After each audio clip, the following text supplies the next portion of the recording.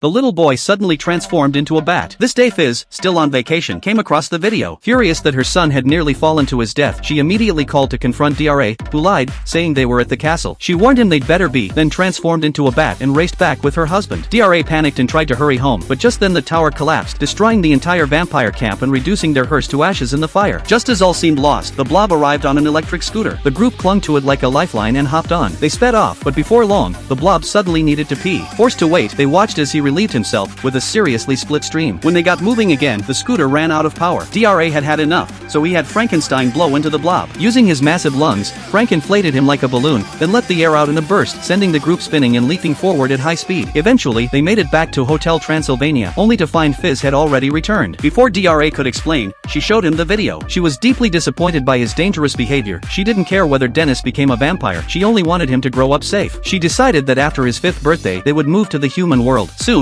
Dennis's birthday arrived. Grandparents and relatives gathered for the celebration. Fizz also invited the vampire patriarch, Vlad, to the party. Dra was so terrified he nearly coughed up blood. Vlad was notoriously anti-human, and if he found out his granddaughter had married a human and had a half-human child, none of the humans there would survive. So Dra had Johnny's human family dress up as monsters to fool the old man. Just then, Vlad arrived with his assistant, Bella. He immediately sought out his great-grandson, Dennis, and noticed he had no fangs. Vlad then tried to scare the fangs out of Dennis by bringing his favorite toy to life as a monster. Terrified, Dennis hid in Dra's arms. Dra's heart softened, he couldn't stand to see his grandson so scared. Thinking Dra was still trying to turn Dennis into a vampire, Fizz erupted in anger. Johnny, seeing his wife upset, joined the argument and accidentally revealed his human identity. All hell broke loose. Vlad learned the truth, and the family argument escalated. Frightened, Dennis slipped away, followed by his friend, the werewolf girl, Winnie. Outside, they met Bella, who loathed humans. Catching Dennis's human scent, he moved to attack, but Winnie bit him hard. In pain, Bella threw her aside. Seeing his friend hurt, Dennis flew into a rage, his vampire bloodline awakened. With a powerful roar, he sent Bella flying, then transformed into a mini Batman and pummeled him, knocking his teeth out. Seeing the situation turn, Bella signaled for backup. A horde of bat creatures swarmed out. The family found Dennis and Winnie and were proud to see he'd activated his powers. Sensing danger, Dennis transformed again and charged toward the bat army. Not to be outdone by his grandson, Dra seized the moment to shine. With a spin, he immobilized a large group of bats. Fizz joined in, using telekinesis to control stones and easily take down several bat creatures. The other monsters rushed to help. As Dennis's father, Johnny wasn't about to be left out. He rode his bike into a high leap and crushed a bat creature. Working together, they defeated the bat army. But as everyone celebrated, Bella emerged from the bushes for a sneak attack. In the critical moment,